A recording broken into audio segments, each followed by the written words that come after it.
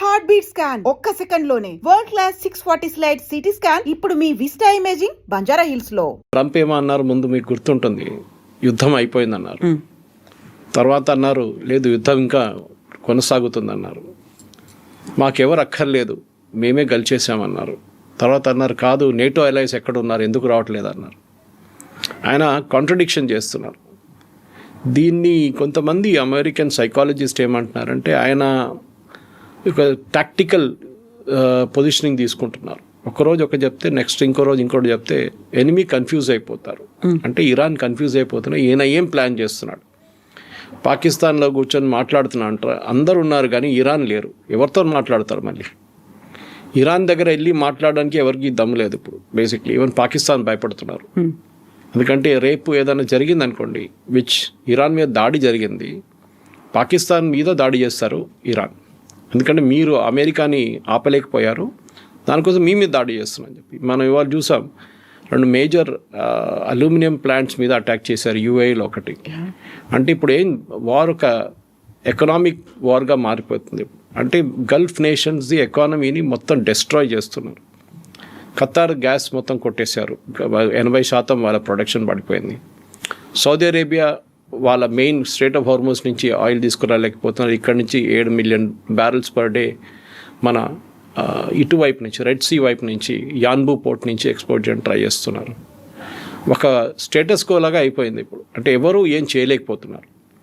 Trump మన ఈ second phase అంటే 3వ వారానికి వచ్చినప్పుడు అన్నారు స్ట్రెయిట్ ఆఫ్ హార్మోస్ ఓపెన్ ఉంచాలి, నాకు ఇరాన్ గిఫ్ట్ ఇచ్చారని చెప్పారు లాస్ట్. మీకు గుర్తు ఆ గిఫ్ట్ ఇదంట.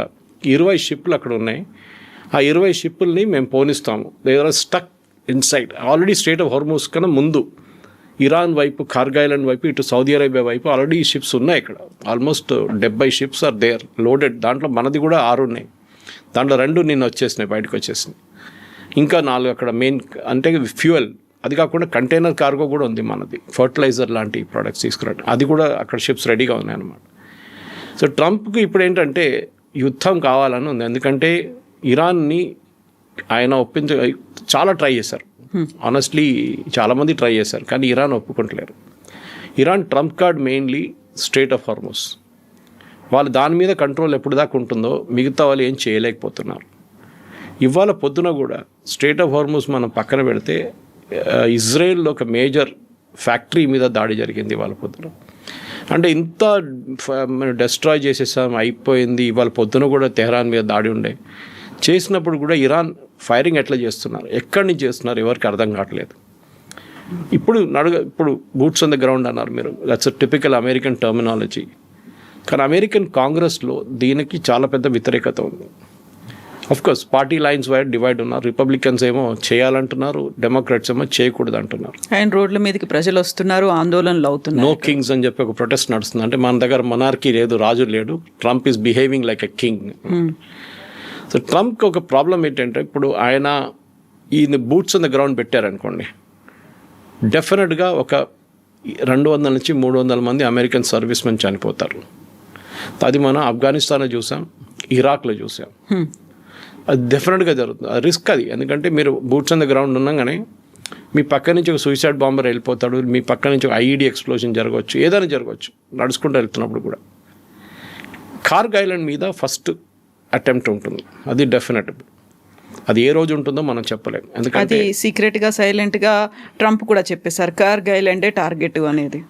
ఇంకొకటి కోస్టల్ ఏరియాస్, అంటే కార్గ్ ఐలాండ్ మీరు అప్రోచ్ అవుతున్నప్పుడు ఆ కార్గ్ ఐలాండ్ ఇక్కడ ఉంటే యూఆర్ అప్రోచింగ్ లైక్ దిస్. ఈ సైడ్ ఇరాన్, ఈ సైడ్ సౌదీ అరేబియా, ఖతార్ ఇక్కడ ఉంటుంది. ఈ పొజిషన్లో మీరు వెళ్తున్నప్పుడు ఈ కోస్టల్ బ్యాటరీస్ అంటారు, ఇరాన్ వైపు ఉన్న ఈ చిన్న చిన్న షిప్స్, చిన్న చిన్న బోట్లు కానివ్వండి, సూసైడ్ బోట్స్ కానివ్వండి, అది కాకుండా అక్కడి నుంచి షోల్డర్ ఫైర్డ్ మిసైల్స్ ఉన్న కూర్చున్న వాళ్ళందరూ ఇటువైపు కూర్చుంటారు. వాళ్ళ దగ్గర ఒక అండిలైటింగ్ టెరైన్ ఉంది అక్కడ, దాంట్లో కేవ్స్ లాగా ఉంటుంది, గుహల్లాగా, దాంట్లో కూర్చుంటారు వీళ్ళు. సో ఎక్స్పెడిషనరీ యూనిట్ ఒకటి ఉంది వీళ్ళది. 82nd ఎయిర్బార్న్ డివిజన్ ఉంది. ఈ ఎయిర్బార్న్ డివిజన్ ఏం చేస్తారంటే బహుశా ఇప్పుడు వీళ్ళే ఈ కోస్టల్ బ్యాటరీస్ని ముందు కొడతారు. కోస్టల్ బ్యాటరీస్ అంటే ఒకటి వీళ్ళు సౌదీ అరేబియా వైపు నుంచి దాడి చేసి ఇరాన్ మీద దాడి చేస్తారు త్రూ ఫైరింగ్.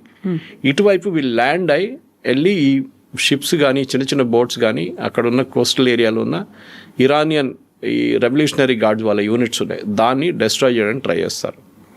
అదే టైంలో ఈ మెరైన్ ఎక్స్పిడిషనరీ యూనిట్ 3,000 మంది సోల్జర్స్ ఉన్నారు. దాంట్లో 3,000 మంది సోల్జర్స్ ఉన్నారు. దాంట్లో ఒక ఆల్మోస్ట్ 1,000 మంది ఆ సెయిలర్స్.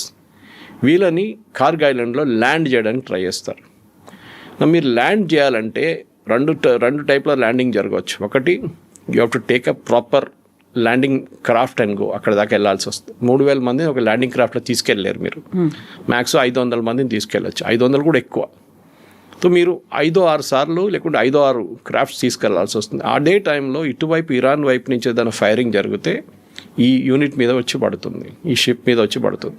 అది చాలా పెద్ద రిస్క్. అది లేదు, అది కాకుండా పారాట్రూపింగ్ చేస్తారు, వాళ్ళని డైరెక్ట్ డ్రాప్ చేస్తారు, హెలికాప్టర్స్తో ల్యాండ్ చేస్తారు. అది ఇంకా పెద్ద రిస్క్. మన వైపు యాంటీ నెక్సల్ ఆపరేషన్స్ నడుస్తున్నప్పుడు, ఛత్తీస్గఢ్లో కానివ్వండి, మహారాష్ట్ర వైపు కానివ్వండి నడుస్తున్నప్పుడు మనం కూడా Indian air force helicopters use చేసాం అక్కడ వీళ్ళని దింపడానికి. దాని తర్వాత ఎవరైనా ఇంజర్డ్ అయినప్పుడు వాళ్ళని తీసుకెళ్ళడానికి ఈ హెలికాప్టర్స్ మీద హెవీ ఫైరింగ్ చేస్తారు నెక్సలైట్స్. ఆ టైంలో మీరు ఆలోచించండి, నెక్సలైట్స్ దగ్గర ఉన్న ఆయుధాలు చాలా ప్రిమిటివ్గా ఉంటుంది, కానీ ఇది యుఎస్ ఆర్మీ దగ్గర చాలా అడ్వాన్స్డ్గా ఉంటుంది, ఇరానియన్స్ దగ్గర ఇంకా అడ్వాన్స్గా ఎక్విప్మెంట్ ఉంది. ఆ పరిస్థితుల్లో ఈ 3,000 మంది సరిపోతారంటే కాదు. సో ఇంకొక యూనిట్ వస్తున్నారు యూఎస్ నుంచి, కానీ వాళ్ళు రావడానికి ఇంకొక 3 వారాలు పడుతుంది. అండ్ 3 వారాలు వీళ్ళు వెయిట్ చేయలేరు. ఇప్పుడు ఈ యుఎస్ఎస్ ట్రిపుల్ అనే ఒక షిప్ మీద తీసుకొచ్చారు వీళ్ళని. సో అది 3,000 మంది దాంట్లో వచ్చారు అంటే దాంతో పాటుగా ఇంత పెద్ద మిసైల్స్ కావచ్చు అన్నీ పట్టుకొచ్చారని ఇంత పెద్దగా ఉంటుంది అనేది we can imagine that. War scenario అర్థం కావట్లేదు నాకు ఇప్పుడు డిస్క్రైబ్ చేసింది ఒక సెనారియో అని అమెరికన్ మిలిటరీ ఎక్స్పర్ట్స్ అంటున్నారు. దట్ ఈస్ కోస్టల్ బ్యాటరీస్ని కొట్టడం ఇరాన్ వైపు ఉన్నది. అదే టైంలో సౌదీ అరేబియా వైపు నుంచి, ఖత్తర్ వైపు నుంచి వాళ్ళ బేసెస్ ఉన్నాయి, అక్కడి నుంచి they will consistently air attacks చేయబోతున్నారు ఇరాన్ అసెట్స్ మీద. అదే టైంలో డైవర్షనరీ టాక్టిక్గా అటువైపు నుంచి ఒక టీం కార్గ్ ఐలాండ్ వైపు వెళ్తుంది. ఇరాన్ వైపు నుంచి ఇప్పుడు మిసైల్ లాంచ్ చేస్తే ఏమవుతుంది, that is the biggest worry అమెరికాకి. సో ప్రెసిడెంట్ ట్రంప్ డిసైడ్ చేయలేకపోతున్నారు. ఆయనకి ఎప్పుడు టిపికలీ ఒక కమాండింగ్ ఆఫీసర్ కానీ మిగతా వాళ్ళు ఒక రేంజ్ ఆఫ్ ఆప్షన్స్ ఇస్తారు. మనం ఇది చేస్తే ఇది అవుతుంది, ఇది చేస్తే ఇది చేస్తుంది, వార్ సినారియో ఉంటుంది. ఈ పరిస్థితుల్లో ఇప్పుడు ట్రంప్ దగ్గర ఆప్షన్స్ ఏం లేవు ఎక్కువ. ల్యాండ్ చేస్తే ఒక 10-20% మంది చనిపోతారని, గాయపడతారని 100%. అదే టైంలో చేయకపోతే ఏం చేస్తారు? యుద్ధం ఎక్కడ ఆగుతుంది? ఇరాన్ ఏమంటున్నారు, మేమేం చేయట్లేదు, మేము అసలు ఇక్కడ వీళ్ళని ఎవరిని రానియము, మేము ఎవరి మీద దాడి చేయట్లేదు, మా మీద దాడి చేస్తే మేము చేస్తున్నాం అంతే. సేమ్ టైం ఇప్పుడు యుఏఈ చూడండి, ఖతార్ చూడండి, సౌదీ అరేబియా, కువైత్, బహ్రెయిన్ వీళ్ళందరి మీద దాడి చేశారు, డైలీ చేస్తున్నారు ఇప్పుడు కూడా. ఆ పరిస్థితుల్లో వీళ్ళు అటాక్ చేసినప్పుడు కార్గ్ ఐలాండ్ మీద డెఫినెట్గా ఇరాన్ కార్గ్ ఐలాండ్ మీద పాసిబ్లీ అటాక్ చేయరు. ఆ టైంలో వీళ్ళ ఇటువైపు ఉన్న సౌదీ అరేబియా కానీ యుఏఈ మీద కొడతారు. ఆల్రెడీ స్టార్ట్ అయింది చెప్పాను చూడండి, వాళ్ళ పొద్దున వాళ్ళ ఒక పెద్ద అల్యూమినియం ప్లాంట్ మీద కొట్టారు వాళ్ళు.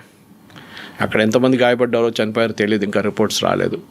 అట్లాంటి పరిస్థితుల్లో ఇరాన్ ఎకనామిక్ అసెట్స్ని కొట్టడానికి వెళ్తే డెఫినెట్గా ఈ గల్ఫ్ అలైస్ యుఎస్ మీద ఇంకా ప్రెషర్ పెడతారు, మీరు ఏదైనా చేయండి అని. అక్కడ కూడా ఒక డివిజన్ ఉంది కవిత గారు. ఒక సౌదీ అరేబియా ఏమో ఇరానియన్ రెజ్యూమ్ని once and for all finish చేసేద్దామని చెప్తున్నారు. దానికి వాళ్ళు యుఎస్కి సపోర్ట్ ఎంత కావాలో సపోర్ట్ చేయడానికి ట్రై చేస్తున్నారు. ట్రంప్ నిన్న ఒక డెరగరేటరీ వర్డ్ యూజ్ చేశారు సౌదీ మొహమ్మద్ బిన్ సల్మాన్ గురించి. అది మనం ఇట్లాంటి బ్రాడ్కాస్ట్ వాడలేము. బేసిక్లీ ఏం చెప్పారంటే, నాకు వచ్చి రిక్వెస్ట్ చేస్తున్నారు, I'm using a very diplomatic word, డెస్పరేట్గా రిక్వెస్ట్ చేస్తున్నారు, ఏదైనా చేయండి అని చెప్పి సౌదీ అరేబియా చెప్తున్నారు. కానీ సౌదీ అరేబియా వాళ్ళకి రిస్క్ కూడా తెలుసు దీన్ని. వాళ్ళ ఎకనామిక్ అసెట్స్ మీద కొడితే మళ్ళీ వాళ్ళకు ఖతార్ లాగా వాళ్ళకు కూడా ఒక 5 సంవత్సరాలు పడుతుంది రికవర్ కావడానికి.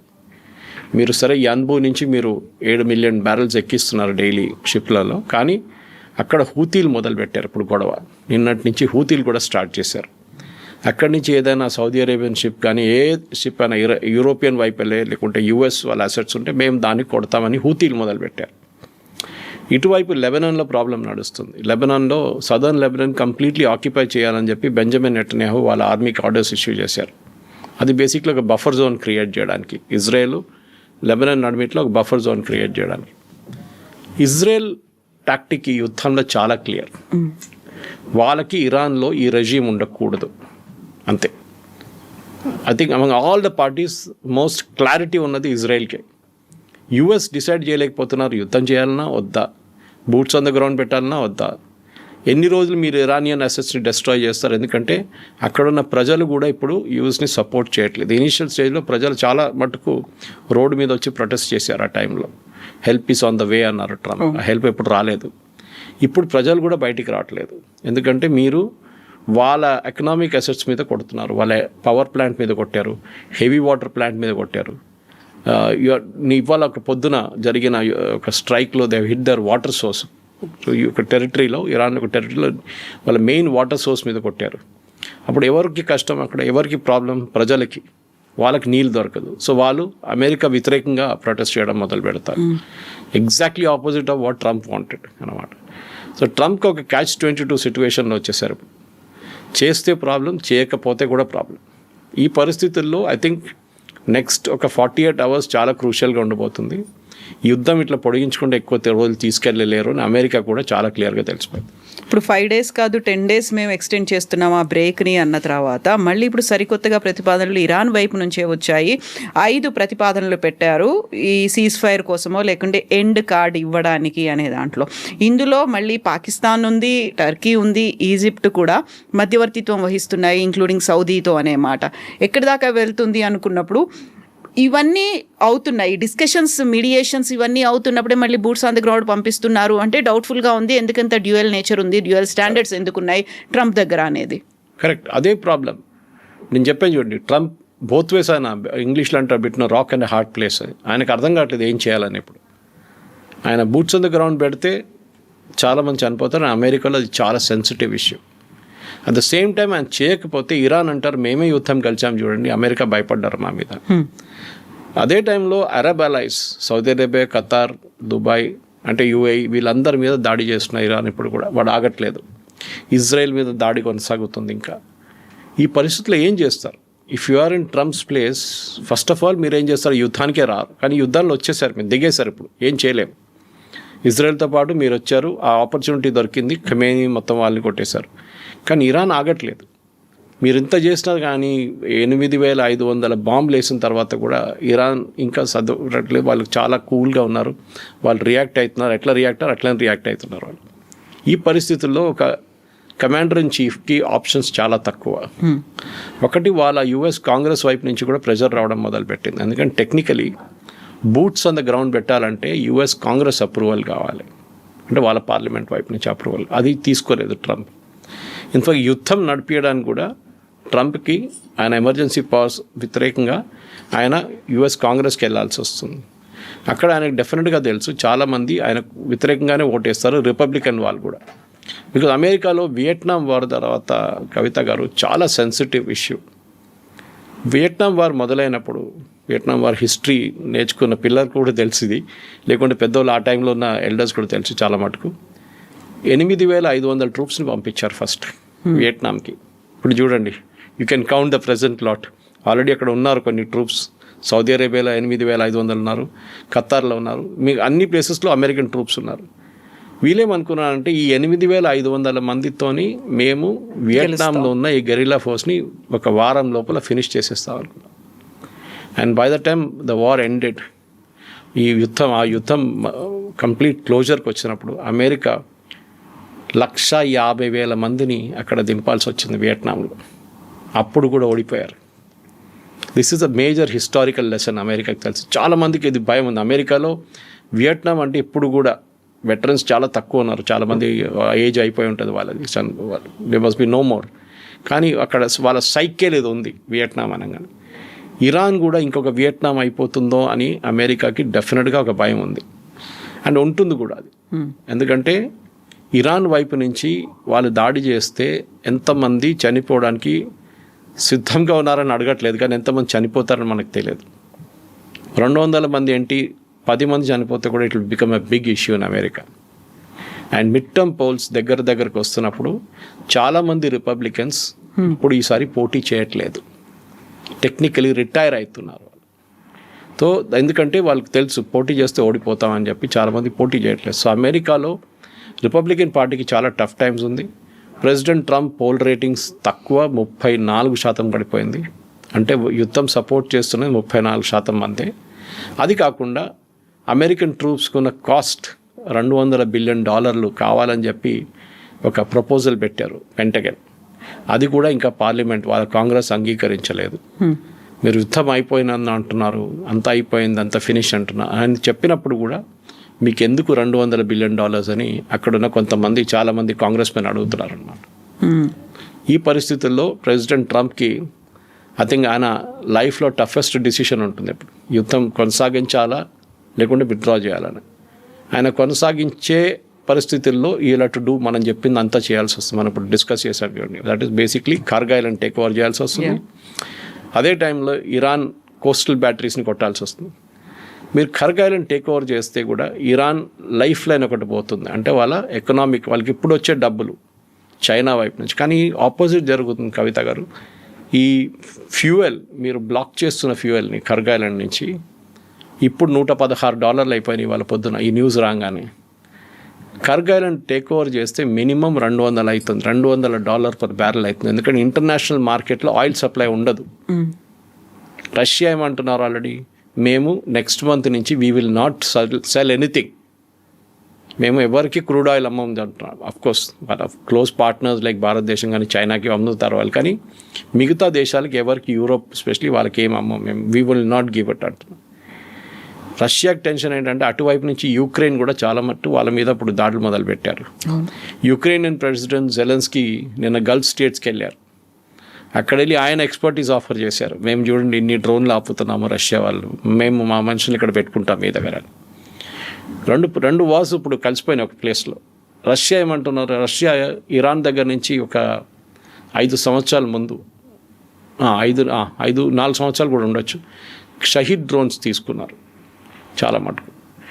వాళ్ళ టెక్నాలజీస్ని రివర్స్ ఇంజనీర్ చేసి, అంటే బేసిక్లీ మొత్తం ఇప్పేసి ఆ టెక్నాలజీని ఇంప్రూవ్ చేశారు. మోటార్స్ కానీ, దాని బ్యాలిస్టిక్ కెపబిలిటీస్ కానీ, దాని రాడార్ ట్రాకింగ్ సిస్టమ్స్ని ఇంప్రూవ్ చేశారు. Shahed advanced version. అది ఒక 50,000 డ్రోన్స్ ప్రతిరోజు రష్యా తజికిస్తాన్ వైపు, ఇక్కడ అజర్బైజాన్ వైపు నుంచి టు ద ల్యాండ్ రూట్ పంపిస్తున్నారు ఇరాన్కి. మీరు బై షిప్ పంపిస్తే అమెరికా దాన్ని కొట్టేస్తారు, బై ల్యాండ్ రూట్ పంపిస్తున్నారు. ల్యాండ్ రూట్లో మీరు బాంబ్ చేస్తే, స్పెషలీ అజర్బైజాన్లో ఉన్నప్పుడు బాంబ్ చేస్తే అది పెద్ద డిప్లొమాటిక్ ఇన్సిడెంట్ అయిపోతుంది. దానికోసం ఏం చేయలేక దాన్ని హ్యూమానిటేరియన్ ఎయిడ్ అని చెప్పి పంపిస్తున్నారు రష్యా. ఓకే, దాన్ని కూడా మీరు కొట్టలేరు, యూ కెనాట్ బాంబ్ ఇట్. ఇరాన్కి కొత్త కన్సైన్మెంట్ వచ్చిందనుకోండి, వాళ్ళు మళ్ళీ మొదలు పెడతారు ఫైరింగ్. ఈ పరిస్థితుల్లో లిటరలీ ట్రంప్ ఎందుకు యుద్ధం అనేది ఆయన ఇప్పుడు ఆలోచిస్తుంటాడు. ముందుకెళ్తే చాలా పెద్ద ప్రాబ్లం ఉంటుంది. చేయకపోతే ఇరాన్ ఏమో స్ట్రెయిట్ ఆఫ్ హార్మోస్ మీద కూర్చుంటారు, వాళ్ళు దాని నుంచి ఒక్క షిప్ని కూడా వాళ్ళ పర్మిషన్ లేకుండా పోనీయరు. ఇప్పుడు ఆపేస్తే రీజన్ ఏం చెప్పాలి అనేది కూడా, దానికి కూడా ఒక పెద్ద స్ట్రాటజీ అనేది ఉండాలి కదా. లేదు, మీరు అమెరికన్ న్యూస్ ఛానల్స్ చూస్తే అక్కడ ఉన్న చాలా మటుకు CNN కానీ మిగతా న్యూస్ ఛానల్స్ అందరూ దీని వ్యతిరేకంగానే మాట్లాడుతున్నారు. ట్రంప్ అదే అంటున్నారు. ఆయన నిన్న కూడా ప్రెస్ కాన్ఫరెన్స్లో కానీ Air Force 1లో అదే చెప్పారు, ఏంటంటే మేము యుద్ధం గెలిచేసాము, అయిపోయింది, వీ ఆల్ నో ఇట్, అంటే మన అందరికి తెలుసు. కానీ ఇక్కడ కొన్ని ఫేక్ న్యూస్ ఛానల్స్ ఉన్నాయి, CNN కానీ, ABC కానీ, న్యూయార్క్ టైమ్స్ కానీ, వీళ్ళే అంటున్నారు మేము ఓడిపోయాం అంటున్నారు. మేము ఓడిపోలేదు, మేము గెలిచాము. మీరు గెలిస్తే మీరు రిటర్న్ వచ్చేసేయచ్చు కదా, అయిపోయింది కదా వార్, ఇంకేం చేయక్కర్లేదు, just say withdraw all your troops. కానీ మీరు ఎందుకు వెళ్ళారు అక్కడ? మీరు వెళ్ళింది బేసిక్లీ యురేనియం కోసం. యురేనియన్స్ దగ్గర ఉన్న యురేనియం తీసుకొని అది ఎక్కడైనా సేఫ్ కస్టడీలో పెట్టాలని మీ ప్లాన్ ఉండే. దాని UN ఏజెన్సీ లాంటి ఇంటర్నేషనల్ అటామిక్ ఎనర్జీ ఏజెన్సీని వాడుకొని వాళ్ళ వైపు నుంచి మీరు వాళ్ళని పెట్టి వాళ్ళ దగ్గర ఈ యురేనియం పంపించాలని ప్లాన్ ఉండే. కానీ అది జరగలేదు. ప్రాబ్లం ఏమొచ్చిందంటే ఇప్పుడు ఈ స్పెసిఫిక్ పొజిషన్లో ఇరాన్ వైపు నుంచి ఆ ప్రతిపాదన ఫర్ ఇరానియం గురించి పాసిబ్లీ 5 కండిషన్స్ పెట్టారు చూడండి వాళ్ళు, దాంట్లో ఒకటి ఇది ఉండొచ్చు. రెండవది స్ట్రెయిట్ ఆఫ్ హార్మోస్ది జాయింట్ కంట్రోల్ అంటున్నారు వాళ్ళు. ఇవాళ దాకా స్ట్రెయిట్ ఆఫ్ హార్మోస్ ఇండిపెండెంట్గా ఉండే, ఎవరికి అక్కడున్న కన్సర్న్ పార్టీస్ ఎవరికి దాని మీద హక్కు లేదు. Saudi Arabia, Qatar, Kuwait, UAE and Iran, వీళ్ళకి ఎవరికి దాని మీద ఇట్స్ లైక్ ఓపెన్ ఒక రివర్ లాగా ఉందన్నమాట, పెద్ద రివర్ సిస్టమ్. ఇప్పుడు వీళ్ళేమంటున్నారు, మా మీద సూయజ్ కెనాల్లో ఈజిప్ట్ ఎట్లా ఫీజు కలెక్ట్ చేస్తారో అట్లనే మేము కూడా ఇక్కడ ఫీజు కలెక్ట్ చేస్తామంటాం, ఒక టోల్ లాగా. కానీ సూయజ్ కెనాల్ అనేది ఒక డిఫరెంట్ ఆపరేషన్ ఆల్టుగెదర్. ఎందుకంటే దాంట్లో చాలా మటుకు వీళ్ళు ఖర్చు చేశారు డబ్బులు సూయజ్ కెనాల్ కట్టడానికి. ఆ డబ్బులు రికవర్ చేసుకోవాలి మన టోల్ లాగా. సెకండ్, అది నడిపించడానికి ఇంకా పెద్ద కాస్ట్ ఉంది. సూయజ్ కెనాల్ నుంచి వెళ్తున్న ప్రతి షిప్ని ఒక ఎంట్రీ పాయింట్ నుంచి ఎగ్జిట్ పాయింట్ తీసుకెళ్ళడం పెద్ద ఒక టెక్నికల్ ఆపరేషన్. అది చాలామంది ఉన్నారు దాని మీద పనిచేసేటోళ్ళు అక్కడ, ఈజిప్షియన్స్. వాళ్ళకి ఖర్చులు, దాన్ని మెయింటైన్ చేయడానికి కొన్ని ఖర్చు. Suez canal cannot be compared with straight of హార్మోస్. అది చాలా చాలా క్లియర్. అదే టైంలో ఇరాన్కి చాలా క్లియర్గా తెలుసు వాళ్ళ దగ్గర ఉన్న అన్నిటికంటే పెద్ద ట్రంప్ కార్డ్ ఈ strait of Hormuz. Strait of Hormuz ఏ రోజు ఇరాన్ చేతి నుంచి బయటకు వెళ్తుందో ఆ రోజు ఇరాన్ నెగోషియేటింగ్ పవర్ తగ్గిపోతుంది. సో వాళ్ళు ఎప్పుడుదైనా దాన్ని ఉంచుకోవడానికి ట్రై చేస్తున్నారు అన్నమాట.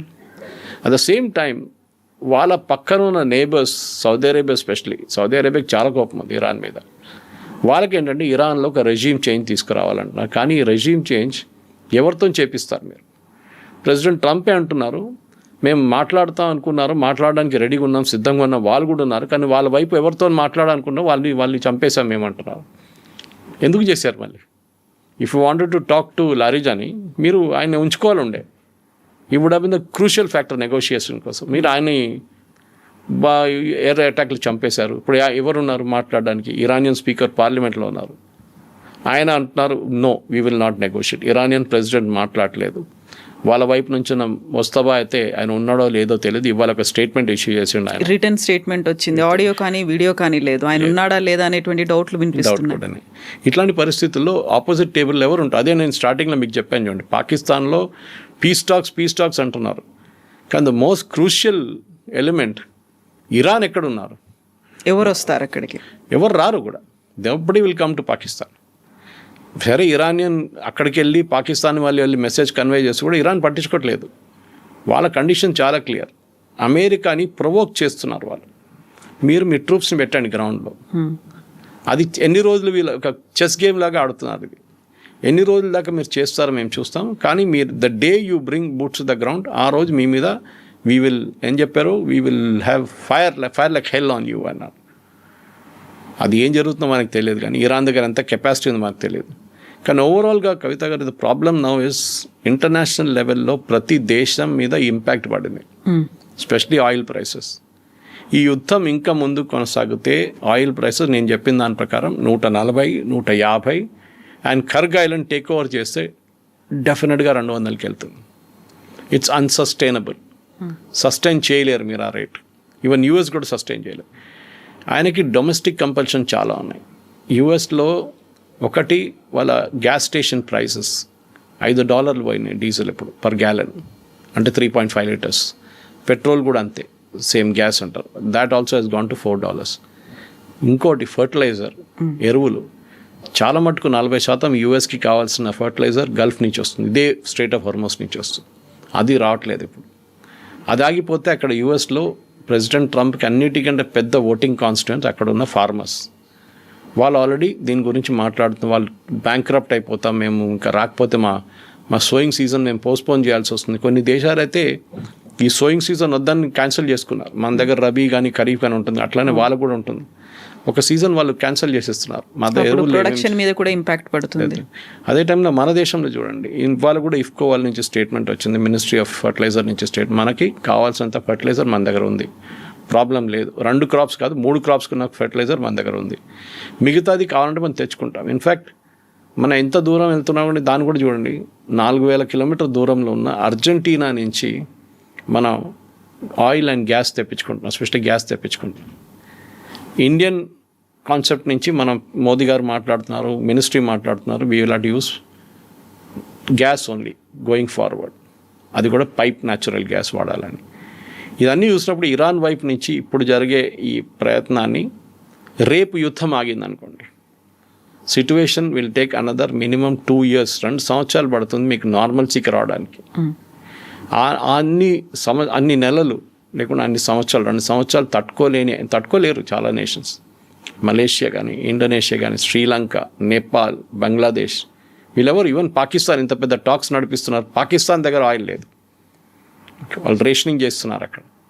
ఈ పరిస్థితుల్లో వరల్డ్ ఎకానమీ, ప్రతి ఎకానమీ మీద పెద్ద ప్రాబ్లం. ఈవెన్ మన ఎకానమీ కూడా ఎక్కడ వెళ్ళదు, స్టాక్ మార్కెట్స్ పడిపోతున్నాయి.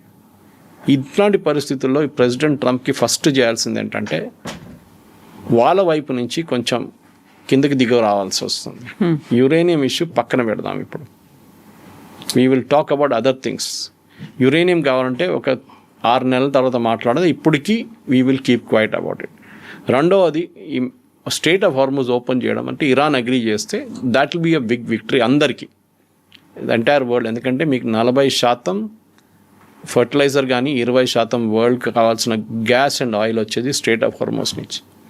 ఇప్పుడు ప్రజెంట్లీ మీరు 20% తీసేస్తే 80% ఉంది, దానికోసం ప్రైసులు పెరుగుతున్నాయి, రేట్లు పెరుగుతున్నాయి. ఈ పరిస్థితుల్లో నెక్స్ట్ సీన్ ప్రెసిడెంట్ ట్రంప్కి బూట్స్ ఆన్ ద గ్రౌండ్ చేయకుండా కొంచెం ఆలోచించి చేస్తే బాగుంటుందని నా personal opinion. In fact same personal opinion అమెరికాలో ఉన్న చాలా మటుకు డిఫెన్స్ అనలిస్ట్ కూడా అంటున్నారు. This is a war which is going nowhere. ఇంకా ఎక్కువ అగ్రెసివ్గా వెళ్లాల్సినటువంటి పరిస్థితులు వస్తాయి, అప్పుడైతే ఆ డ్యామేజ్ కూడా చాలా ఎక్కువ ఉంటుంది. కరెక్ట్. ఎందుకంటే ఇప్పుడు ఆప్షన్స్ ఏముంది, ఒక ఆప్షన్ వార్ కొనసాగిస్తాం, బూట్స్ ఆన్ ద గ్రౌండ్ పెడదాం, కార్గ్ ఐలాండ్ టేక్ ఓవర్ చేద్దాం, ఇరానియన్ కోస్టల్ ఏరియాస్ని కొడతాం.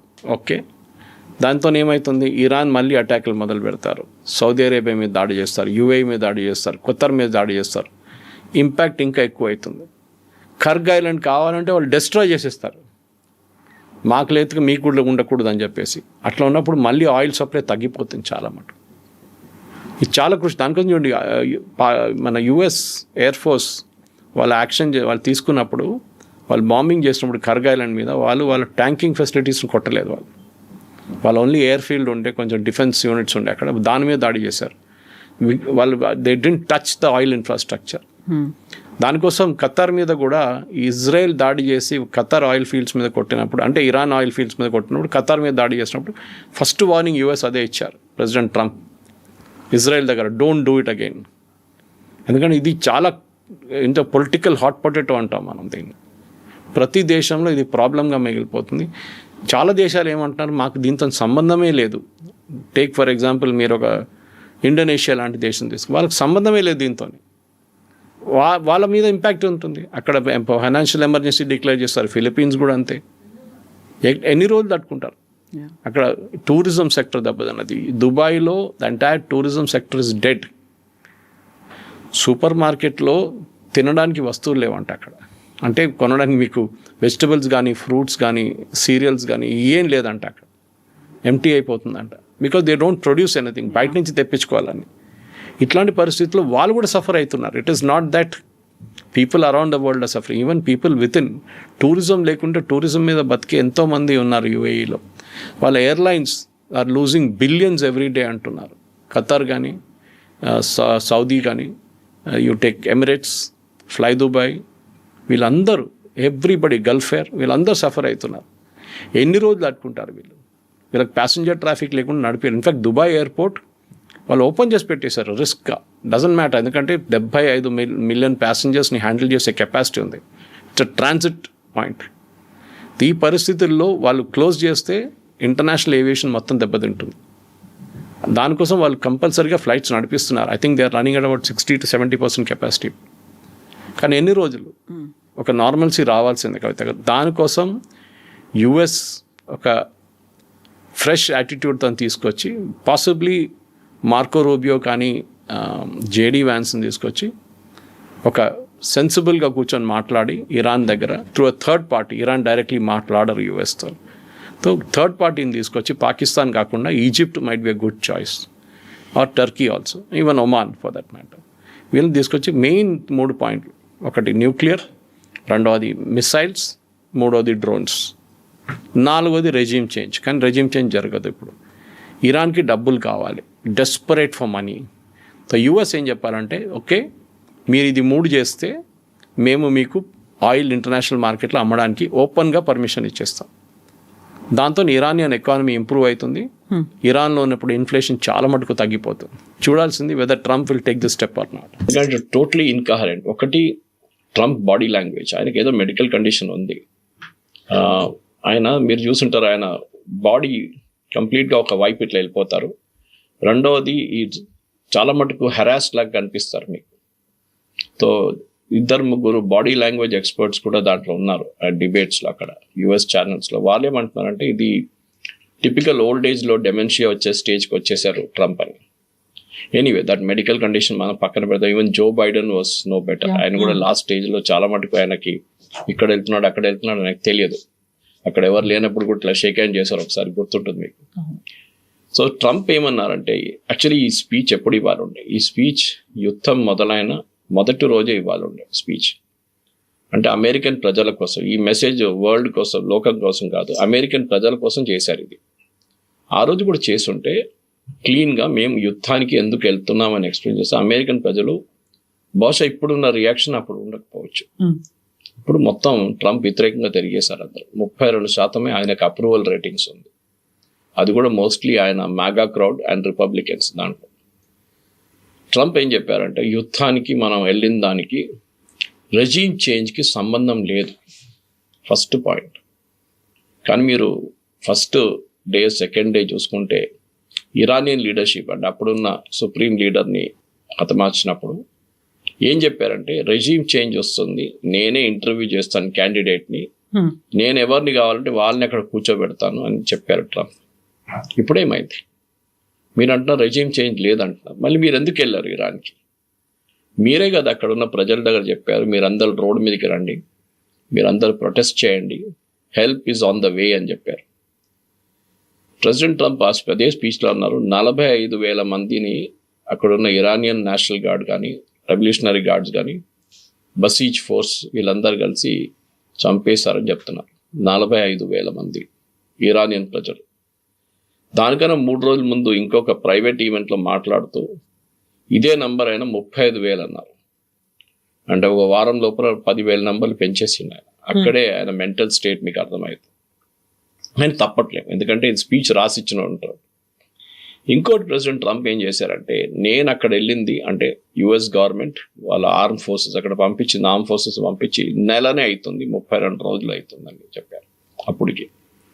దెన్ ఈ స్టార్టెడ్ కంపేరింగ్ ఫస్ట్ వరల్డ్ వార్లో ఎన్ని సంవత్సరాలు పట్టింది, సెకండ్ వరల్డ్ వార్లో ఎన్ని సంవత్సరాలు యుఎస్కి పట్టింది, ఇరాక్ వార్లో ఎంత టైం తీసుకున్నారు, కొరియన్ వార్లో ఎన్ని రోజులు ఎన్ని సంవత్సరాలు పోరాడారు, లాస్ట్లో వియట్నాం వార్ గురించి చెప్పారు.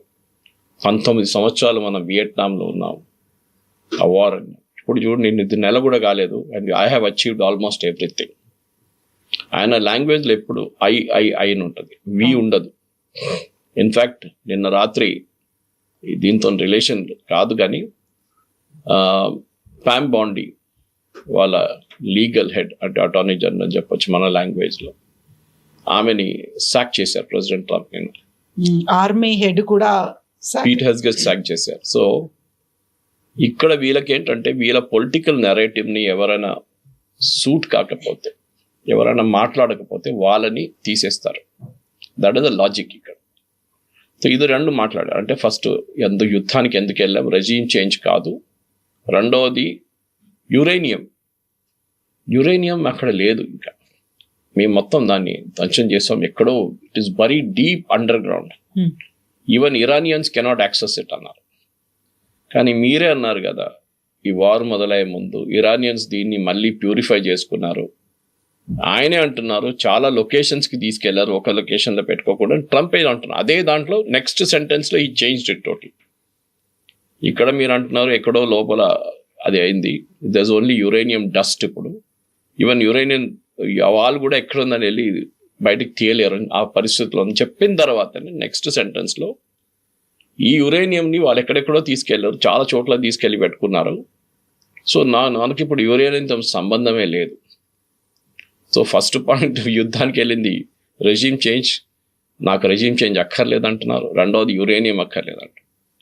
మూడవది మాట్లాడుతూ ఆయన ఏమన్నారంటే అక్కడున్న missile capability, that is missile and drone capability, దీన్ని మేము మొత్తం ధ్వంసం చేసాం కంప్లీట్గా. మేము వాళ్ళ స్టీల్ ఫ్యాక్టరీస్ని కొట్టాం, మేము వాళ్ళ అల్యూమినియం ఫ్యాక్టరీస్ని కొట్టాం. నిన్న ఆఫ్టర్ ప్రెసిడెంట్ ట్రంప్ స్పీచ్ తర్వాత కొన్ని గంటల తర్వాతనే ఇరాన్లో ఉన్న తెహరాన్లో ఉన్న చాలా పాత 104-year-old పాస్టర్ ఇన్స్టిట్యూట్ ఒకటి ఉంది. మెడిసిన్ది. అక్కడ వ్యాక్సిన్ మ్యానుఫ్యాక్చరింగ్ చాలా జరుగుతుంది. ఆ వ్యాక్సిన్ మ్యానుఫ్యాక్చరింగ్ ఫెసిలిటీ నిన్న సాయంత్రం దాకా కొట్టేశారు యుఎస్. ఏం చేస్తారు అక్కడ అంట అర్థం కావట్లేదు. ఏం ఆర్మీ వాళ్ళ కోసం స్పెషల్ వ్యాక్సిన్స్ తయారు చేస్తారా, లేకుంటే నర్వ్ గ్యాస్ తయారు చేస్తున్నారు, ఏదైనా ఒక ఎక్స్క్యూజ్ వస్తుంది. 104 సంవత్సరాలు పాత ఉన్న ఒక ఫెసిలిటీని కొట్టడం ఏంటని అర్థం కాదు. It's war crime actual. Then he said Iran surrender కాకపోతే మేము ఇరాన్లో ఉన్న ప్రతి ఎలక్ట్రిసిటీ ప్లాంట్ని కొడతాం, అది కాకుండా వాళ్ళ మేజర్ ఇన్ఫ్రాస్ట్రక్చర్ ప్లాంట్ని కొట్టాం. చెప్పినట్లనే నిన్న రాత్రి ప్రెసిడెంట్ ట్రంప్ ఆయన ట్రూత్ సోషల్ మీద ఒక వీడియో రిలీజ్ చేశారు. అక్కడ ఒక బ్రిడ్జ్ మీద కొట్టారంట. మీకు స్టార్టింగ్లో చెప్పాను చూడండి, ఎస్టర్డే వాజ్ నవరోజ్. ఆ బ్రిడ్జ్ మీద చాలా మంది వాళ్ళ కార్లలో చాలా చోట్లకి వెళ్తున్నారు. ఆ టైంలో బాంబ్ చేశారు దాన్ని. పార్సీస్ న్యూ ఇయర్ అదే దాంతోనే అక్కడ ఉన్న డబుల్ ట్యాప్ బాంబింగ్ జరిగింది. మీరు ఆ స్కూల్ ఇన్సిడెంట్ అదే జరిగింది ఫస్ట్ డేలో బాంబింగ్ జరిగినప్పుడు. ఆల్మోస్ట్ అప్పుడు 160 పిల్లలు చనిపోయారు. డబుల్ ట్యాప్ బాంబింగ్ ఏమవుతుందంటే ఫస్ట్ మీరు ఒక బాంబ్ వేస్తారు, ఏం కానీ మొత్తం ధ్వంసం అవుతుంది. చాలా మంది పరిగెత్తుకుంటూ వస్తారు, రెడ్ క్రాస్ వాళ్ళు వీళ్ళు, వాళ్ళ దాంట్లో రెడ్ క్రెసెంట్ అంటారు వాళ్ళు, అందరు పోలీసు వాళ్ళు అందరు వస్తారు. ఎవరైనా విక్టిమ్స్ ఉంటే వాళ్ళకి బయటికి తీయడానికి. అదే టైంలో ఒక హాఫ్ అన్ అవర్ తర్వాత వీళ్ళందరూ అక్కడ గ్యాదర్ అయినప్పుడు రెండో బాంబు వచ్చి కొడతారు. దాంతో రెస్క్యూ చేయడానికి వచ్చిన వాళ్ళు కూడా చనిపోతారు. నిన్న అదే జరిగింది. ఆలోచించండి, అక్కడున్న మనుషులు పాపం అందరు కార్లలో వీళ్ళు రివర్లో పడిపోయారు. చాలా వాళ్ళని తీయడానికి వచ్చిన వాళ్ళ మీద మళ్ళీ దాడి చేశారు. అప్పుడు అక్కడ ఉన్న ప్రజలకి ఎంత కోపం వస్తుందో ఆలోచించండి. నిన్నదాకా ప్రెసిడెంట్ ట్రంప్ మిమ్మల్ని సపోర్ట్ చేస్తామని చెప్పిన ప్రెసిడెంట్ ట్రంప్ ఇవాళ అక్కడ ప్రజల మీద బాంబింగ్ చేస్తున్నారు. It's war crime. మీరు ఇంటర్నేషనల్ వార్ క్రైమ్లో వస్తుంది. మీరు మిలిటరీ ఇన్స్టలేషన్ మీద దాడి చేయండి, ఎవరు వద్దన్నట్లేదు. లేదు, ఆ బ్రిడ్జ్ ఐఆర్జీసీ వాడుకుంటున్నారు, ప్రజలు వాడుకుంటారు, ఆర్మీ వాడుకుంటారు, అందరూ వాడుకుంటారు అంటే మీరు బ్రిడ్జ్ని కొట్టేస్తారా వెళ్ళి? రేపు హైపోథెటికలీ ఇప్పుడు వీళ్ళేమన్నారంటే గల్ఫ్లో ఎక్కడైనా మేజర్ బ్రిడ్జెస్ వాళ్ళు ఒక లిస్ట్ ఇచ్చారు, 8 నుంచి 9 బ్రిడ్జెస్. ఒకటి చాలా crucial, Bahrain connecting to Dammam. Okay, that is the bridge which has a link to go to Saudi Arabia Bahrain నుంచి. ఇప్పుడు కూడా బహ్రెయిన్ దాన్ని వాడుతున్నారు చాలా మటుకు, ఎందుకంటే గల్ఫ్ ఎయిర్ ఆపరేట్ చేయట్లేదు. ఆ రోజు బహుశా నా కూతురు గురించి చెప్పాను మీకు, అదే బ్రిడ్జ్ యూజ్ చేశారు వాళ్ళు. దట్ బ్రిడ్జ్ నౌ ఇరాన్ ఏమంటున్నారు, మేము దాన్ని బాంబ్ చేయబోతున్నాం అని చెప్తున్నారు. యుఏఈలో ఉన్న దుబాయ్ని కనెక్ట్ చేసే ఒక మేజర్ బ్రిడ్జ్ ఉంది, అబుదాబీని కనెక్ట్ చేసే, అది కూడా మేము కొడతా అంటున్నారు. అది బహుశా ఈరోజు జరగచ్చు. జరిగితే చూడండి, ఎవరికి నష్టం అండి? ఎవరికి నష్టం? ప్రజలకి, ఐదర్ అబుదాబీలో ఉన్న ప్రజలకు, లేకుంటే బహ్రెయిన్లో ఉన్న ప్రజలకు, ఇరాన్లో ప్రజలకు కూడా నష్టం జరిగింది. ప్రెసిడెంట్ ట్రంప్కి ఏం పోలేదు. ఆయన ఏం అనుకుంటున్నారు అంటే, if they don't surrender after all this, నేను మళ్ళీ బాంబ్ చేస్తాను. మీరు ఎలక్ట్రిసిటీ ఇన్ఫ్రాస్ట్రక్చర్ మీద కొడితే it becomes a war crime again. ఆయన మీద ఇంటర్నేషనల్ లెవెల్లో వార్ క్రైమ్ చేయొచ్చు, కేసు పెట్టచ్చు ట్రంప్ మీద. కానీ ఆయన పట్టించుకోవట్లేదు ఎవరి మాట. పీట్ హెస్గెత్ వాళ్ళ సెక్రటరీ ఆఫ్ వార్, ఆయనే మీరు చెప్పారు చూడండి, he has sacked the army chief George. ఆలోచించండి, వాళ్ళ ఆర్మీ చీఫ్ని ద మిడిల్ ఆఫ్ యుద్ధం నడిమిట్లోనే మీరు ఆర్మీ చీఫ్ని సాక్ చేస్తున్నారు. దీనికన్నా ముందు కూడా మీకు గుర్తుంటుంది, చాలా మందిని సాక్ చేశారు. అడ్మిరల్ లెవెల్ నుంచి సాక్ చేశారు, నేవీలో, ఎయిర్ ఫోర్స్లో చాలా సీనియర్ లెవెల్, ఎయిర్ మార్షల్ లెవెల్లో సాక్ చేశారు, ఆర్మీలో కూడా సాక్ చేశారు. వీళ్ళకి ఇప్పుడు ఎట్లయిపోయిందంటే, ప్రొఫెషనల్ ఆర్మీ అక్కర్లేదు మాకు, మా మాట ఎవరెవరు వింటారో వాళ్ళని మేము పెట్టుకుంటాం, మిగతా వాళ్ళని మేము తీసి పడేస్తాం. ఆ లాజిక్ వచ్చేసారు.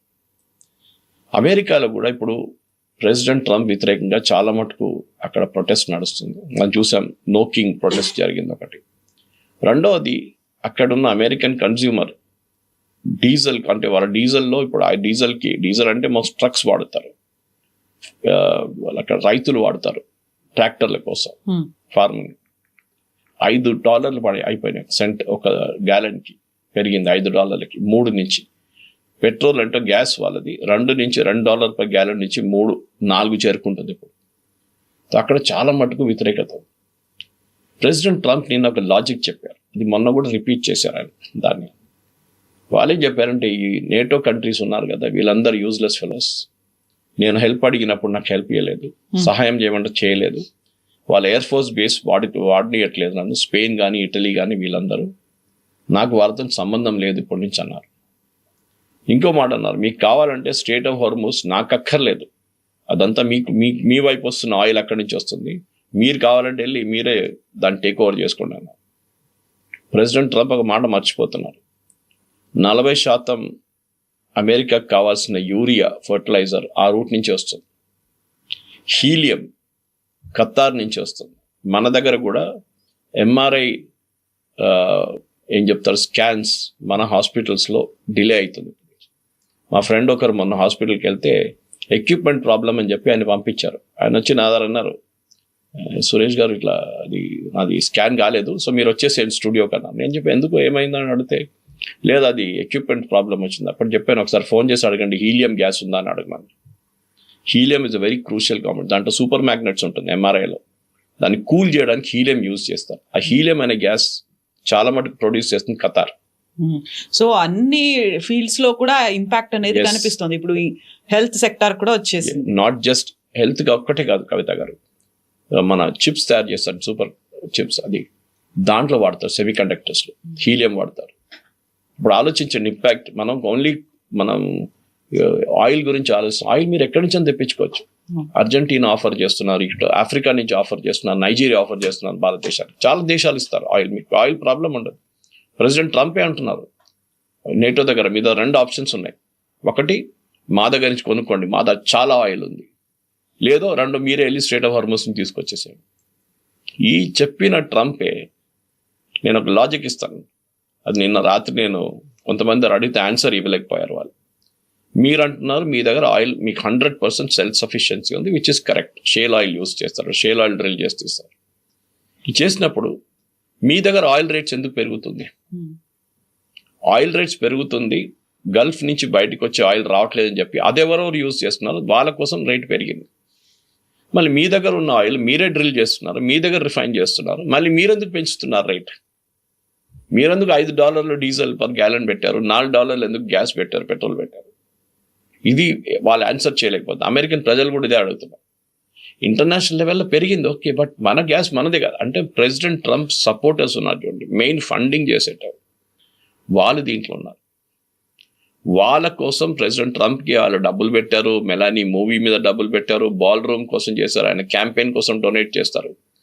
దానికోసం ప్రెసిడెంట్ ట్రంప్ మొన్న తెలియకుండా ఒక స్టేట్మెంట్ ఇచ్చారు ఒక వారం ముందు, ఆయిల్ ప్రైసెస్ పెరిగితే మంచిదే కదా, we can make a lot of money అన్నారు.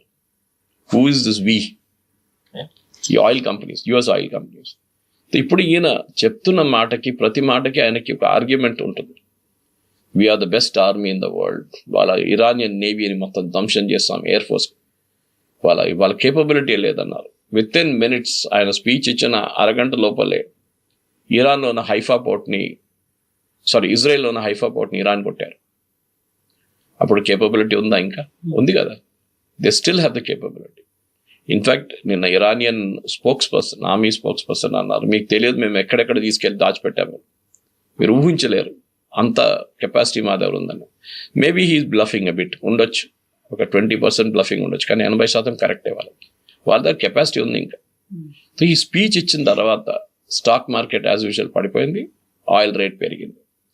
దాని ఆపోజిట్ ఇంపాక్ట్ ఉండాలండే. ఈయన ఒక డెడ్ లైన్ ఇస్తే నేను వారం లోపల ఫినిష్ చేసేస్తాను, కాదు 2-3 వారాలు ఇంకా నాకు కావాలని చెప్పారు. ఈయన స్ట్రాటజీ ఏంటంటే కవిత గారు, ఇప్పుడు ఇరాన్ని బాంబ్ చేసి సరెండర్ చేయడానికి ప్రెషరైజ్ చేస్తున్నారు. కానీ ఒక మాట మర్చిపోతున్నారు, Iranian resume correct, it has to go, దాంట్లో డౌట్ లేదు. ఈవెన్ నేను కూడా సపోర్ట్ చేస్తాను. Most despotic, most corrupt resume and over this religious bent of mind. అట్లాంటి ముల్లాలు గిల్లాలు ఆయతోళ్ళని అందరు తీసేయాల్సింది కరెక్ట్. ఈవెన్ వాళ్ళ IRGC is also horrible fellows. కానీ మీరు అక్కడ ఉన్న ప్రజల మీద అత్యాచారాలు చేస్తున్నారు. వీళ్ళ రికార్డ్ చూడండి కవిత గారు, వీరు ఎక్కడెక్కడ వెళ్ళారో యుఎస్, వెస్ట్ ఏషియాలో, అక్కడ మొత్తం వాళ్ళు చేసిన రెజీమ్ చేంజ్ తర్వాత ఆ దేశం మొత్తం ధ్వంసమైంది. ఫస్ట్ మీరు లిబియా తీసుకోండి, ముమ్మర్ గద్దాఫీని దింపారు, ఆయన చంపారు, ఏమైంది? ఇప్పుడు Libya is totally lawless country. Government అంటే ఉందా అంటే ఉంది, కానీ వాళ్ళకి పట్టులేదు. సిరియాకి వచ్చేసేయండి, ఆ సేమ్ థింగ్ జరిగింది. హఫీజ్ అల్ అసద్ ఇప్పుడు పారిపోయాడు, దాని తర్వాత అక్కడ జరుగుతుంది ఎవరు ఎక్కడ తెలియదు. ఒక terrorist is now their president. ఆయన మీద $10 million రివార్డ్ ఉండే ముందు నిన్న జాక్ స్టామర్తో కూర్చొని షేక్ హ్యాండ్ చేస్తున్నాడు 10 Downing బయట. ఇరాక్ వచ్చేసాడు. ఇరాక్లో ఇప్పుడు ఇరాన్ తర్వాత అన్నిటికంటే పెద్ద దాడులు మిసైల్ లాంచ్ చేస్తున్నారు అమెరికన్ బేసెస్ వ్యతిరేకంగా ఇరాక్ నుంచి నడుస్తుంది. ఇరాక్లో ఉన్న ఇరాన్ సపోర్ట్ చేస్తున్న మిలిషియాస్ ఉన్నారు, వాళ్ళు చేస్తున్నారు. నిన్న అమెరికన్ ఎంబసీ, బగ్దాద్లో ఉన్న అమెరికన్ ఎంబసీ వార్నింగ్ ఇచ్చారు.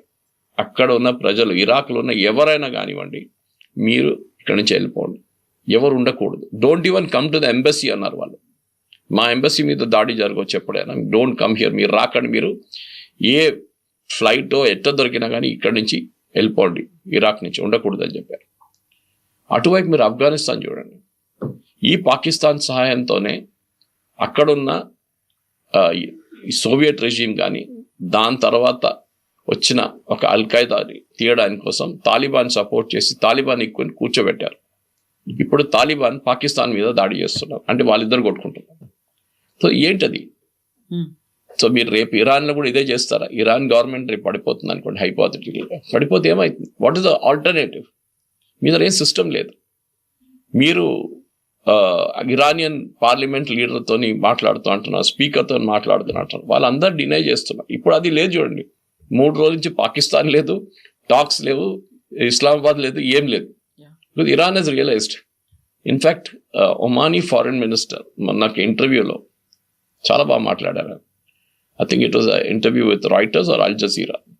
ఆయన ఏమన్నారంటే, ఈసారి మేము జెనీవాలో మాట్లాడుతున్నప్పుడు ఈ యుద్ధం మొదలయ్యాక ముందు February 20th కన్నా వారం ముందు ఇరాన్ ఆల్మోస్ట్ రెడీ అయిపోయారు.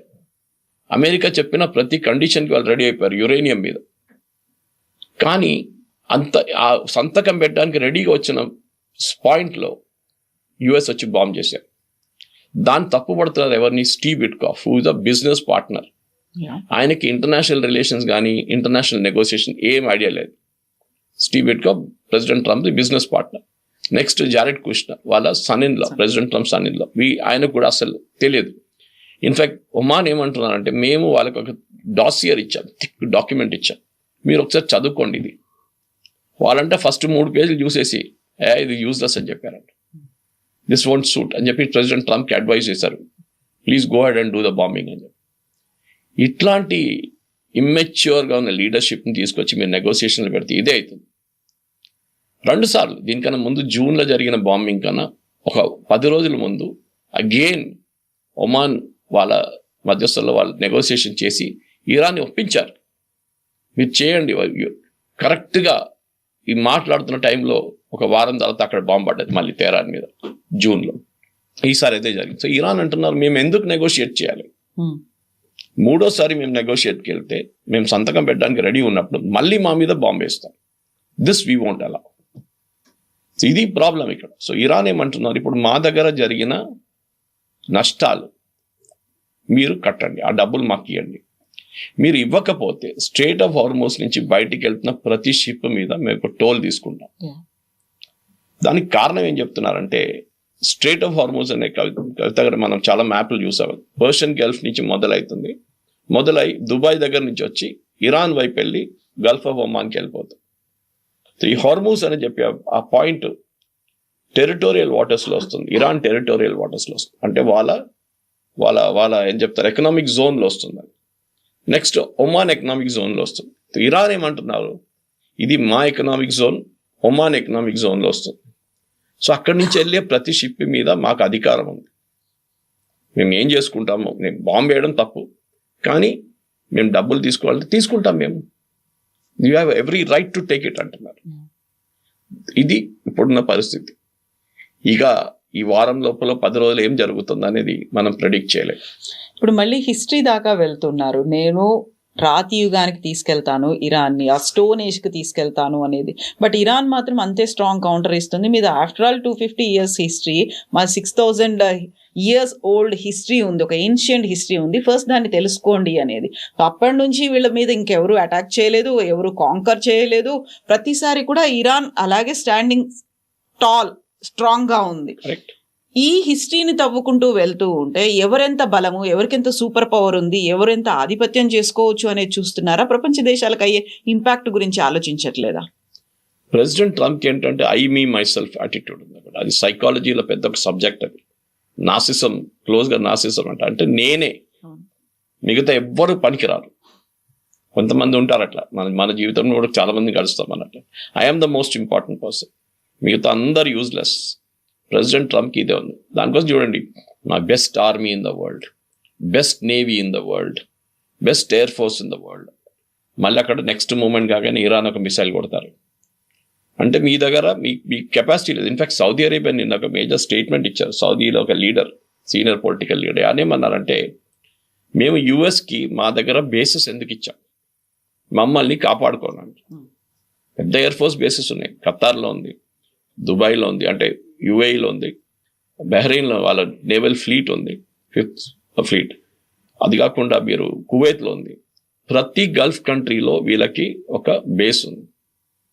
మేము వాళ్ళు ఎందుకు బేస్ పెట్టుకున్నారంటే మా మీద ఎవరో దాడి చేస్తే మీరు వచ్చి మమ్మల్ని కాపాడుకోవాలి. Now it is not possible. ఏం చేయట్లేదు వీళ్ళు, వాళ్ళ పని చూసుకుంటున్నారు. అమెరికా వాళ్ళ బేస్ వైపు ఏమైనా వస్తుంటే దాన్ని ట్యాకిల్ చేసుకుంటున్నారు. మా బిల్డింగ్ల మీద, మా బ్రిడ్జ్ల మీద, మా రిఫైనరీ మీద పడుతున్నారు. మీరేం చేయట్లేదు ఎందుకు అని అడుగుతున్నారు. ఇట్లనే నేటోని కూడా తిట్టారు. మీరు చూసారు నేటో గురించి ఏమన్నారు, మోస్ట్ యూజ్లెస్ ఫెలోస్, నాకు కావాలన్నప్పుడు రాలేదు, we're going to pull out of NATO అన్నారు. అది కూడా ఆయనకి వాళ్ళ కాన్స్టిట్యూషన్ గురించి అసలు తెలియదు. 2022, 2023లో ఇక్కడ I think one of those 2 years US కాన్స్టిట్యూషన్లో ఒక మార్పు తీసుకొచ్చారు. అక్కడున్న వాళ్ళ ఎంపీస్, అంటే కాంగ్రెస్ మ్యాన్ ఏం చేశారంటే, నేటో నుంచి బయటికి రావాలి, ఇది బైడెన్ టైంలో జరిగింది, నేటో నుంచి బయటికి రావాలనో అంటే యుఎస్ కాంగ్రెస్లో 2/3 మెజారిటీతో అప్రూవల్ తీసుకోవాలి. 2/3 మెజారిటీ. మన దగ్గర కూడా అంతే, కాన్స్టిట్యూషన్ మార్చాలంటే 2/3 మెజారిటీ కావాలి. తో ప్రెసిడెంట్ ట్రంప్కి అది తెలియదా, రాలేడు బయటికి. అఫ్ కోర్స్ ఈ కెన్ ఆల్వేస్ సే దట్ నేను నేటోతో సంబంధం లేదు, మేమేం చేయమని చెప్పేసి. ఇప్పుడు ఏమైపోయిందంటే అమెరికన్ కామెంటేటర్స్ అదే అంటున్నారు, లోకానికి ఒక మెసేజ్, అంటే ఒక క్లారిటీ వచ్చేసింది. అమెరికా లేకుండా కూడా మేము లోకం నడిపించచ్చు. ముందు ఒక యాటిట్యూడ్ ఉంది, అమెరికా ఉంటేనే మనకి the world will go on అని. ఇప్పుడు కియర్ స్టార్మర్ కానీ, Italian prime minister, French president Macron, వీళ్ళు ఎవరైనా వీళ్ళకి తెలిసిపోయింది that without America we can survive.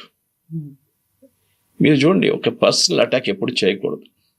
President Trump మన ఒక ప్రైవేట్ ఫంక్షన్లో మాట్లాడుతూ ప్రెసిడెంట్ మ్యాక్రాన్ వాళ్ళ వైఫ్ గురించి ఉన్న ఒక కామెంట్ చేశారు, విచ్ ఇస్ హైలీ అన్ఎథికల్. ఆవిడ కొట్టింది, ఈయన గాయాలతో బాధపడుతున్నాడు. మీరు వాళ్ళ నడిమిట్లో ఏమైనా ఉండొచ్చు. She said I జోకింగ్లీ did it. కొంతమంది చేస్తారు చూడండి, ఆయన కొట్ట, ఆ ఫోటో వచ్చింది, కొడుతున్నాడని ఈయన. మీరెందుకు రేపు మీరు మెలనీ నడిమిట్లో ఉన్న రిలేషన్షిప్ గురించి మాట్లాడితే చాలా స్టోరీస్ ఉన్నాయి దాంట్లో కూడా. అంటే ఇంటర్నేషనల్ లెవెల్ మీరు ఏదో గల్లీలో ఉన్న లీడర్ కాదు, you are president of United States of America. మీరు ఆ మెచ్యూరిటీ చూపించాలి. ప్రెసిడెంట్ ట్రంప్ వాళ్ళ మ్యాక్రాన్ వాళ్ళ ఫ్యామిలీ లైఫ్ని ఎందుకు పబ్లిక్లో గుంజుకొని తీసుకొస్తున్నారు? మనకు అందరు తెలిసిందే ప్రెసిడెంట్ ట్రంప్ ఎప్స్టీన్ ఫైల్స్లో ఏం జరిగింది అంతా. దానికే ప్యామ్ బాండీని సాక్ చేశారు నిన్న, ఎందుకంటే షీ డిడ్ంట్ డిఫెండ్ హిమ్ అంటున్నారు కాంగ్రెస్లో, యుఎస్ కాంగ్రెస్లో. అది కాదు, ఆమెనే చాలా మటుకు ఫైల్స్ ఆపిపెట్టింది. ఇప్పుడు ఆమెను సుప్రీం చేసి పిలిపిస్తున్నారు టెస్టిఫై చేయమని చెప్పేసి. దాన్ని ఆపడానికి ఆమెతో రాజీనామా చేయించేశారు. అట్లీస్ట్ టెంపరీగా ప్రాబ్లం వెళ్ళిపోతుంది.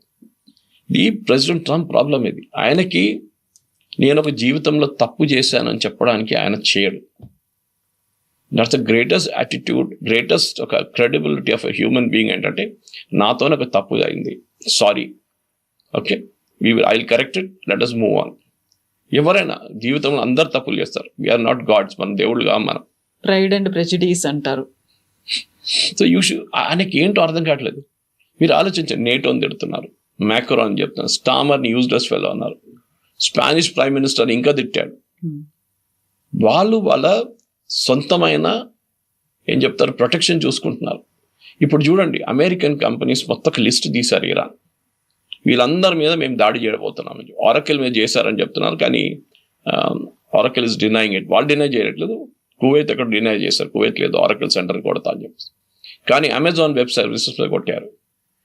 మైక్రోసాఫ్ట్ని కొడతా అంటున్నారు. అక్కడ పెద్ద పెద్ద కంపెనీలు ఉన్నాయి, దుబాయ్లో కానీ మిగతా రాష్ట్రాలు. అందరినీ మేము అమెరికన్ కంపెనీస్ ఎక్కడుందో వాళ్ళ మీద దాడి, అక్కడున్న ఎంప్లాయీస్ సంగతి ఆలోచించాం, వాళ్ళ మైండ్ సెట్ ఆలోచించాం. మేము ఏం తప్పు చేశాం రేపు కావాలంటే వీళ్ళు రిజిస్టర్ చేసుకుంటారు, మేము అమెరికన్ కంపెనీ కాదు, మేము జర్మన్ కంపెనీ అయిపోతామంటారు. He is dragging everybody into the ఏం చెప్తారు, ఒక ప్రాబ్లమ్ తీసుకొస్తున్నారు అందరినీ. దీంట్లో ఇద్దరు ముగ్గురే కొంచెం సీరియస్గా అమెరికాలో ఇప్పుడున్న పొలిటీషియన్స్లో మాట్లాడుతూ, ఒకరు Marco Rubio, secretary of state, రెండోది జేడీ వ్యాన్స్. వీళ్ళిద్దరు మీరు చూసుంటారు యుద్ధాన్ని గురించి అసలు ఎక్కువ మాట్లాడలేదు. బట్ వాళ్ళని ఒక కమిటీలో ఏదో ఇన్వాల్వ్ చేసినట్టున్నారు, హై పవర్ కమిటీలో ఉంటారు. కానీ పబ్లిక్లో వచ్చి యాజ్ మచ్ as పీట్ హెస్గెత్ కానీ ప్రెసిడెంట్ ట్రంప్ మాట్లాడుతున్నారు, వీళ్ళు ఓపెన్గా మాట్లాడలేదు. ఇన్ఫ్యాక్ట్ నేను Jared Kushner and Steve Witkoff గురించి చెప్పినప్పుడు ఇరాన్ ఏమంటారంటే, ఇప్పటి నుంచి మాట్లాడడానికి మేము సిద్ధమైతే కూడా వాళ్ళిద్దరు ఉండకూడదు. We will like to have JD wands and Marco Rubio. వాళ్ళు కెరియర్ పొలిటీషియన్స్, వాళ్ళు చూసుకుంటారు, వాళ్ళకి తెలుసు ఎట్లా హ్యాండిల్ చేయాలి ఇట్లాంటి ఇష్యూ. నెగోసియేషన్స్ అనేది మీరు పీయూష్ గోయల్ దగ్గర నుంచో వీళ్ళ దగ్గర నుంచి నేర్చుకోవాలి, మనం నేర్చుకోవాలి. అట్లీస్ట్ మన వైపు నుంచి డిఫెన్స్ ఇప్పుడు 3 డీల్స్ సైన్ చేయబోతున్నాం మనం, ఇంత గొడవ నడిమిట్లో కూడా. So how to conclude a negotiation, అది చాలా ఇంపార్టెంట్. చాలా మంది ఉన్నారు, యుఎన్లో కూడా ఉన్నారు, ఎక్స్పర్ట్స్ ఉన్నారు నెగోషియేట్ చేయడానికి. మీరు కాకుండా ఈ ఇద్దరు అమెచ్యూర్స్ని పంపిస్తే ఇదే అవుతుంది ఆలోచన. ప్రతి దేశం మీద దీని ఇంపాక్ట్ జరిగింది కవిత గారు, మీరు చూస్తున్నారు ప్రతి దేశం మీద. Africa has almost gone bankrupt. Nigeria దగ్గర వరల్డ్లో one of the best oil reserves ఉంది, వాళ్ళు కూడా ప్రాబ్లంలో ఉన్నారు in fight of having oil reserves వాళ్ళ దగ్గర కూడా. ఇక్కడ మీరు ఆఫ్రికన్ కంట్రీస్ చూడండి, మీరు ఆస్ట్రేలియా చూడండి, వాళ్ళ ఫ్యూయలే లేదంటున్నారు. న్యూజిలాండ్ అయితే బంద్ చేసి పడేశారంటున్నారు. ఇండోనేషియా వైపు సేమ్ ప్రాబ్లం. బంగ్లాదేశ్లో ఉన్న రిఫైనరీ కెపాసిటీ 10% నడుస్తుంది. ప్రతి దేశంకి ప్రాబ్లం. అన్విటింగ్లీ మీరు మీ ఈగో కోసం మొత్తం లోకంలో ఉన్న ఎకానమీని మొత్తం ధ్వంసం చేస్తారు. ఎంతమంది ఉద్యోగం పోతుందో మనకి ఇంకా తెలియదు, అది ఇంకా నెక్స్ట్ స్టెప్ వస్తుంది. ఇది ప్రెసిడెంట్ ట్రంప్ ఒక యుద్ధానికి దిగే ముందు ఆలోచించాలండి, దీని ఇంప్లికేషన్స్ ఏముంటుంది. నేను యుద్ధానికి వెళ్తే స్ట్రేట్ ఆఫ్ హార్మోస్ బంద్ చేస్తే ఏం చేయాలి అది ఆలోచించలేదు. Now he saying strait of Hormuz is not my problem, అది you created the problem boss, మీరే క్రియేట్ చేశారు ఈ ప్రాబ్లం. ఇప్పుడంటే మీరు కావాలంటే మీరే వెళ్ళి చూసుకోండి. ఎందుకు ఇది మనం అడగాల్సింది. Somebody has to hold him responsible. అది వీళ్ళు నడిమిట్లా కావట్లేదు. అది ఏ రోజు చేస్తారో ఎట్లా చేస్తారో అనేది బహుశా ఇంకా నెక్స్ట్ ఒక 2 వారాలు తెలిసిపోవాలి. ఎందుకంటే మీరు ఎంత ట్రంప్ కూడా అంటున్నాడు ఇంకో 2-3 వీక్స్ చాలా భీకరంగా ఉంటుంది అనేది. అంటే ఇక్కడ ఎండ్ గేమ్ ఏంటి? మీరు ఇరానియన్ ప్రజల మీద బాంబు వేస్తే, ఇప్పుడు చూడండి తెహ్రాన్లో ఇవాళ పొద్దున కూడా బ్లాక్అవుట్ ఉంది. బ్లాక్అవుట్ ఎవరి మీద ఇంపాక్ట్ అవుతుంది? మీ ఇంట్లో ఉన్న ఒక రెఫ్రిజిరేటర్ మీద ఇంపాక్ట్ అవుతుంది. అక్కడ ఉన్న టెంపరేచర్స్కి ఏసీ లేకుండా మీరు బతకలేరు. హాస్పిటల్లో ఉన్న ఐసీ ఇంక్యుబేటర్స్ పనిచేయవు. ఎవరి మీద ప్రాబ్లం వస్తుంది? ఇరానియన్ రెజీమ్ ఉన్నారు, మిలిటరీ వాళ్ళు ఉన్నారు, ఐఆర్జీసీ వాళ్ళు జనరేటర్ వాడుకుంటారు. నార్మల్ ప్రజల సంగతి ఏంటి? And you're turning against them. మీరు ఎవరిని హెల్ప్ చేయాలనుకున్నారు ఇనీషియల్, వాళ్ళే మీ వ్యతిరేకంగా వచ్చేస్తున్నారు. ఇప్పుడు వాళ్ళు ఊరేగింపు ప్రొసెషన్ తీస్తున్నారు, మీ మీద స్లోగన్ షౌట్ చేస్తున్నారు.